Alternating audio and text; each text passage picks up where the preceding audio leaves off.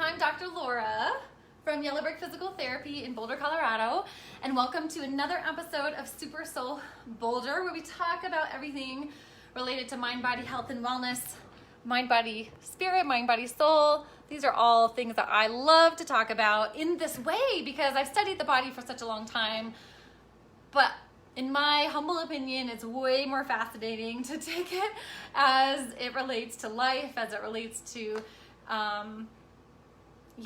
how to relate to yourself in a deeper way. We want to go deeper. So welcome to tonight's episode. Thank you so much for joining. And I have been so interested in this topic over the last week as it came to mind during a run, and I was thinking about how much we push through.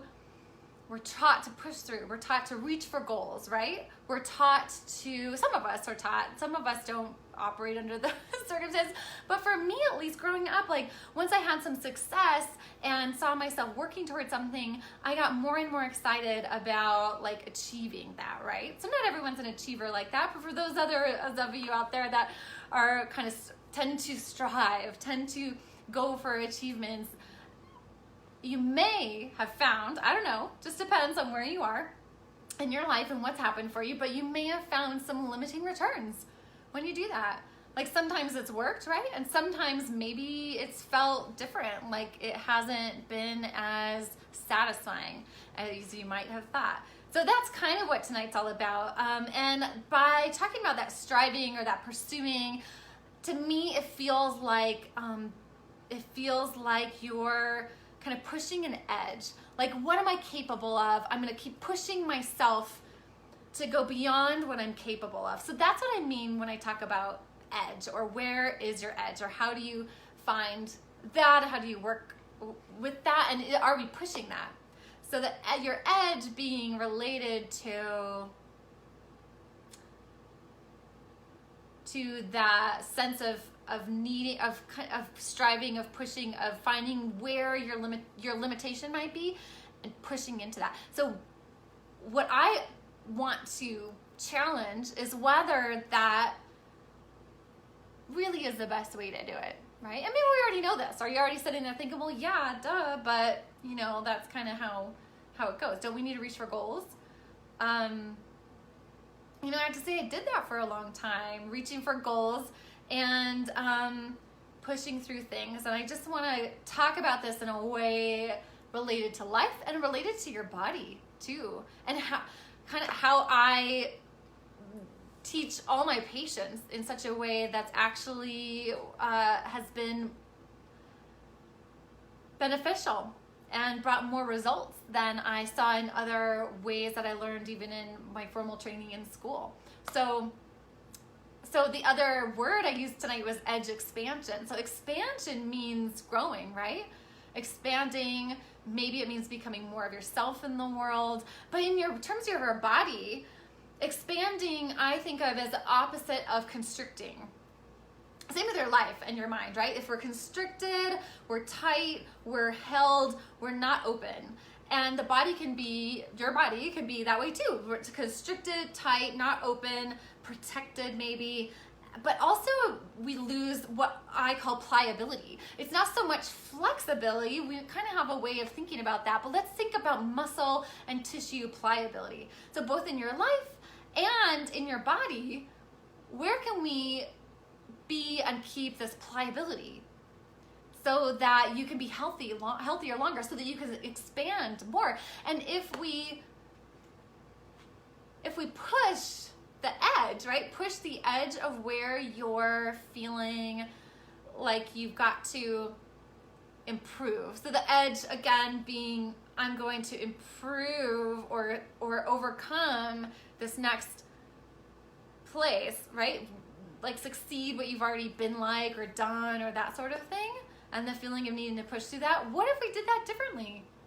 What if it worked completely differently than that? What if that's kind of like a default for some of us, needing to press that, to go farther, to make ourselves get up, make ourselves go a little bit harder? Some of us, not everybody, have a tendency, I see this all the time with some patients, not others, right? People, all sorts of different kinds of people, but some of us have a tendency to overdo it, to feel like I want to go harder than the next person. I want to go, in order to achieve this, I've got to work harder, go harder, and then it's always pressing into the edge. I did that for such a long time. I tell you, in school and in my education and in sports and athletics, I really felt like I had to work harder. I had a deeply held belief that I needed to, keep up all the time, work harder than the people I was competing against, comparing myself to. But what did that do to me? What it brought was some unsatisfactory returns or achievements, but then there was always the next thing, right? Any of you deal with that? Any of you relate? Let me know. Like, type in the comments if you know what I'm talking about. So what if instead of pressing into or forcing into that edge, that place of pushing a little harder, what if we found where that edge was and just backed off just a little bit? Okay, now we know where the edge is. We kind of know where that limitation is. If you've ever been a higher level athlete or working towards something, especially in your body, you're always pushing the line. All my runner friends out there know this. If you've ever competed or worked toward that, you're like riding this fine line of getting injured. And if you get injured, you have to stop. And if you have to stop, you don't get to progress forward. And so riding that fine line has a huge risk to it. And what if we knew a little bit more? We may not know exactly, but what if you had a sense of where that edge was? Of, oh, I'm pushing into this. Oh, I'm doing a bit more. What if instead you backed off just a little bit? And then wouldn't your edge naturally over time come to you? And I don't mean, sitting on the couch and not getting up and not being motivated. I don't mean that at all. What I mean more is letting the consistency bring you forward. I see this all the time in the healing of the body, healing someone's body. It's in the consistent, subtle, simple things. Doing those consistently, creating habits, forming new healthy habits is where the true growth and expansion occurs on its own. It kind of seems like on its own. It's more like the little steps, right?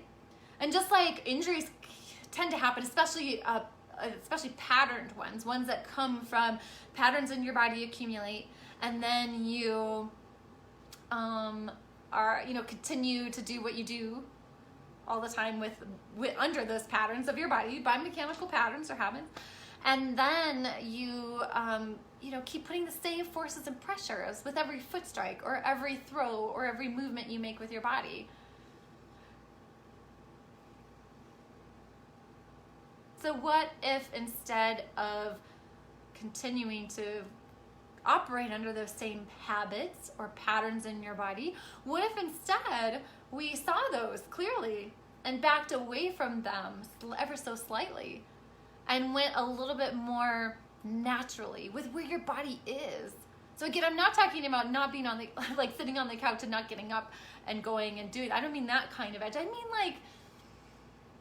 like in the things that you're consistently doing, are you trying to go beyond where your body's telling you you are? Especially when it comes to exercise. That's a really good example. Maybe it's other things too. What if you're not paying attention to what's actually going on right here? And so if we pay attention, if we back up just slightly, just a little bit, then there'd be a room for allowing growth and expansion to happen in your life, in your mind, in your body. And a really, really, really great example of this is when it comes to stretching. Now, it may seem like I don't know if it seems like a funny topic to talk about, guys. I talk about it all day, every day with patients, because what I teach them every day is a whole new way to do this, which is similar to what I'm talking about here. Rather than, let me put it this way, in the world of stretching, in all my years studying exercise science and being a personal trainer, being a group exercise instructor, and getting my doctorate in physical therapy, all the research talks about stretching in a particular way. For static stretching, you don't do it beforehand with cold muscles. Do it after for X number of minutes in order to get this length. dynamic stretching versus, there's always been this a little bit of controversy and not a lot of clarity. And I truly feel that this is because we've got the wrong mentality around it. So rather, if you stretch to the point where you feel it, there's resistance. There's an edge. Just kind of think about it like you're going to the edge of where you feel a pull, right? You feel a pull, you feel a resistance. And that in itself means exercise. There's a resistance there. And if there's resistance there and it's exercise, then how is stretching balancing out what you're doing for exercise? So exercise at the muscle level means muscle contraction. It's not expansion. And your muscles need to be able to do these things. They need to be able to contract and shorten, right? Contract and lengthen, that's eccentric for my, body pros out there. Contract and hold, that's isometric. And relax and expand. And where in what we're training do we do the relaxing and expanding? In yoga, lots of time, there's some potential for that, but sometimes there's a lot of holding. And so that might be that's more like exercise. What if you found that edge, backed off, and allowed that pliability to continue to come forth on its own? Well, I see it all the time helping. And ever since I started focusing on this rather than trying to just work the soft tissue all the time, like with rolling or with a ball or mashing or any of those things, especially in the right places, I haven't rolled or mashed or dug into things for a very, very long time, which is super cool. And the reason for that is that we need to focus on the most important things, the thing that will actually solve the problem. Now I feel like I'm getting off topic because we're talking about edge expansion. But what if that expands your mind a bit more? What if that expands what you've taken as a, just a deeply held belief around how you need to treat your body? And I think because of that confusion around stretching, as our example, there's a tendency to not do it at all, to not know what to do. And if you just take that more allowing, so take any stretch and back away from where you feel it, you can do that anytime before you do exercise. The key is to feel into that subtlety. And when you feel into that subtlety, you also get to practice understanding your body and becoming informed by it. And isn't that expansive too? Doesn't that allow you to get better and better and better at listening to your body and knowing what it needs? And this to me is one of the true elements of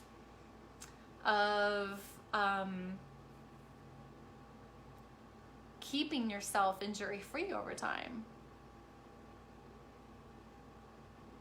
So where in your life can you, again, I'm careful, I'm cautioning you to be careful here in not taking what I'm saying to mean just don't do anything. It'll still happen, but let it happen more naturally. And there's like a mental thing that goes on with this. In my experience, it takes a bit of practice to kind of step, like not get too caught up in what you might feel is not doing anything about anything. So that's not what I mean. It just means not pushing through. It's being highly aware, backing away from, and allowing then things to occur naturally and unfold in their own time. Same with your body. So if there's a tension or stiffness, the last thing you want to do is do one big forceful like pulling for something that's super tight and unflexible. Because one of two things will happen. The muscle, the soft tissue will resist against itself, or it'll pull in the two bones it's attached to on either end. And either way, you're putting yourself in a position to be more susceptible to injury. So you want to back off from that edge and let yourself relax and expand more naturally. And that's what helps with the healing process. That's what helps you not risk or become more susceptible to injury. It also, for some of us, right? Maybe a lot of us, maybe all of us, I don't know. For some of us, it's like a whole mental shift in how to do that. And taking it more gently, more easily, more naturally, when a lot of us feel like we've got to keep like making things happen, forcing things through, pushing through, getting ourselves up and out the door. Well, what if that's great? Sometimes maybe it's not great all the time, right? What if your goals are driving you to keep doing things that are not healthy for your body? And then in what way are those goals not serving you. So goals can be great, but they can also sometimes do us a disservice, in my experience, for sure. Hey, Scott. So goals are great, but sometimes I got to set them down because I've been so highly motivated in my life that it'll drive me towards things at the expense of my body or at the expense of my full health and well-being. Have you ever felt that way? Have you ever done things where you're like, oh yeah, I'm still pushing through? So there's a balance to be had, as always, right? The best place is between the two. And like I said, just to reiterate, it's not a matter of not doing anything. It's doing the kind of little things consistently. Those are the things that really help us create changes, that really help us become more healthy, more in tune, more aligned with your life. You know, are your goals even aligned with your life? Or are they helping or keeping you pushing towards something that isn't as natural or isn't as aligned? Is how you're treating your body not serving it, not helping it heal? Not helping it heal from something that's accumulated over time. A lot of injuries that I see every day in the clinic are related to patterning.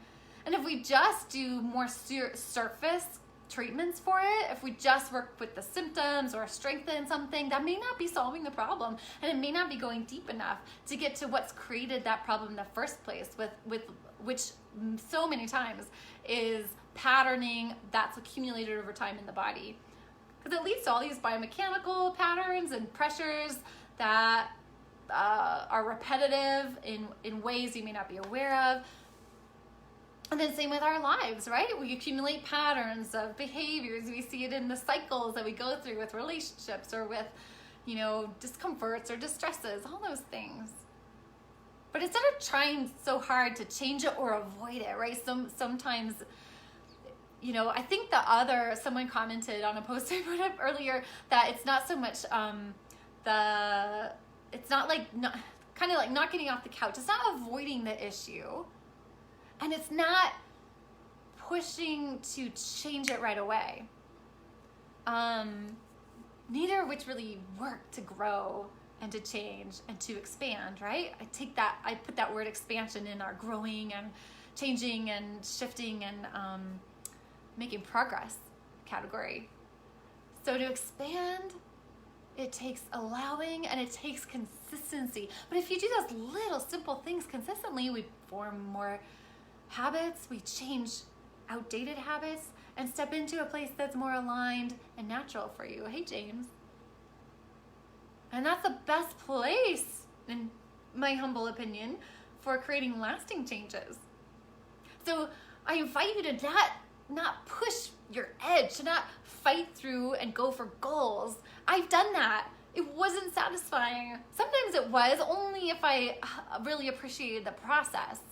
Like having a fast marathon time or getting a doctoral degree. No, it wasn't about that ever. The end point wasn't satisfying. It's the process that is. And when you're fully in the process and you do those super subtle things that help you create habits and change things, like that's like the meat. That's like the good stuff. And so often I think we all have a tendency, or people have a tendency to overlook that, because we want to get to something. We want to get to the next thing, the next phase. We want to keep up all this activity, this kind of mental activity or drive or comparison or society. It's all there in front of us. Hey, Philip. And we want to not be driven by that, right? But be driven. What do you want to be driven by? What's better to be driven by than all the external pressures going on, or even your internal pressures of what you think your life's supposed to be like? What about seeing that? You can set a goal out there, but then letting it be out there just as a target where an arrow might point, but not the be all end all. And then you step back, you relax into what's more natural. You step back just a touch, relax into what's more natural. And you just might find yourself growing on your own. And before you know it, you've already surpassed that edge that you were going for before. You've already surpassed that goal, but without efforting. Can you imagine that? Without efforting. There's the consistency, right? There's the sticking with. And I think that's more important, the staying with power. But staying with what's here. Staying with what your body's telling you need. This goes for business too. Hey, David. Hey, Andrea. This goes for business too. How much are we striving to make something happen, or to maybe sometimes look like someone else, or how do we figure this out? What if we just step back a little bit and stay with what's going on now? Right? Stay with how your body's feeling now. Let's go back to our stretching example. For some of you who don't know how I teach my patients, it's not pushing through a stretch. Stretching is a good example because most of us go to the point where we feel it. All the stuff, my textbooks always said stretch to the point of mild discomfort. Well, guess what? When you stretch to the point of mild discomfort, you may actually be creating resistance, which is more like exercise. And when then are you allowing your muscles a chance to learn how to rest and lengthen? And when your muscles learn how to rest and lengthen, and they become pliable and they keep this pliability and they know how to do that, you don't need to do foam rolling all the time. You don't need to do all these other things. And you don't need to feel so tight and stiff that you just want to like pull everything apart. I say that all the time with people. Like, we get so tight that you want to do one big stretch and pull it apart, pull the things apart because it'll feel good, but you're creating you're becoming more susceptible to, hey Jared, super great to see you. You'll be making yourself more susceptible to injury at that point. And so backing off, keeping it more subtle, more relaxed, more allowing is the best way to do it from all my experience, professionally and personally. So you just back off from that edge and allow for more lengthening and pliability. Any of you out there with back issues or tightness or leg pain or knee pain or hip pain, shoulder, all that stuff, you just back off from where you feel that edge, back off from where you feel a stretch, and keep it more relaxed and allowing. And it'll make world of difference. And guess what? Then your body gets a chance to expand naturally. Right? Think muscle level, soft tissue. Your muscles and soft tissue are you're allowing it to expand naturally rather than trying to, have tension around it. So the same thing happens in our lives, right? We create tension around everything. Well, what if, and especially that striving or forcing or I gotta get there, or I gotta keep up. Not all of us have that. I certainly did for a very long time. It's taken a while to instill new and different habits. But when we step back a little bit, hey Alex, then we also get to be a bit more present, right? A little more easeful. And boy, after all these years I've spent of striving and competing and trying to become successful, man, the thing that sounds the best to me is to have more ease, to have less stress, to allow my life to unfold the way maybe it's meant to, who knows? To allow my body to have more flexibility and fluidity. And you know what happens when that is going on? One, you're less susceptible to injury. And two, all your activities get better in and of themselves. So like when I run and I have this, like I say, pliability, because flexibility has a whole different kind of tone to it. So I like to use the word pliability, muscle, soft tissue pliability. When we do that, your stride. So for me with running, my running stride is more fluid and powerful. And then I have more power with each stride, and it's like effortless effort.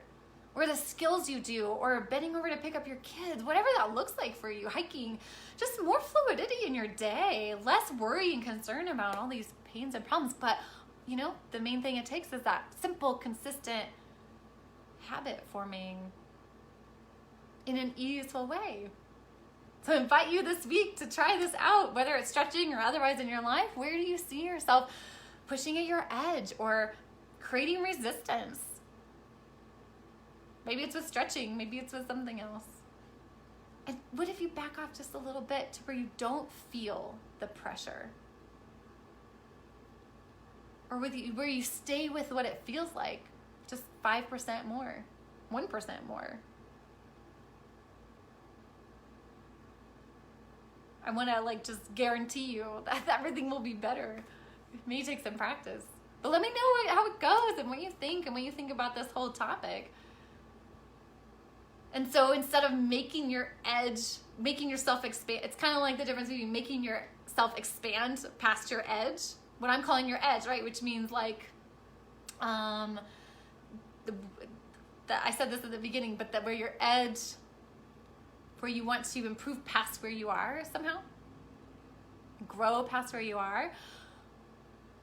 Well, if you see your edge and you back off slightly, then you'll expand naturally.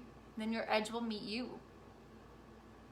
It will find you. And won't your edge, again, that place where you want to kind of grow into, the person you may want to become and step into, wouldn't that just stay just in front of you? And you keep growing and you keep expanding and you keep progressing in life, changing for the better, hopefully. Sounds nice, right? All right, guys, let me know what you think. Thank you so much for joining. I hope you have a wonderful week. Join me again next Monday. This is crazy. This is my 50th episode of SuperSoulBoulder. And you know what? As I'm talking about that consistency, like, I mean, sometimes you just gotta be consistent and see what happens. I can't say I'm perfect. I can't say I always feel like awesome or even confident or whatever. But no, 50 episodes. I've almost done this for a whole year, almost every Monday, except for one when I was sick and one when I was traveling. And so you just never know what can happen when you stay with it and when you allow yourself to find out. Have such a great evening. Thank you so much for watching. Tune in for another episode of SuperSoulBoulder, where we talk about everything mind, body, spirit related. I'm your host, Dr. Laura Johnson from Yellow Brick Physical Therapy in Boulder, Colorado. Let me know what questions you have, what comments you have, what came to mind during this, and how I can help you. I'd love to hear all about it. Take care and have a great night.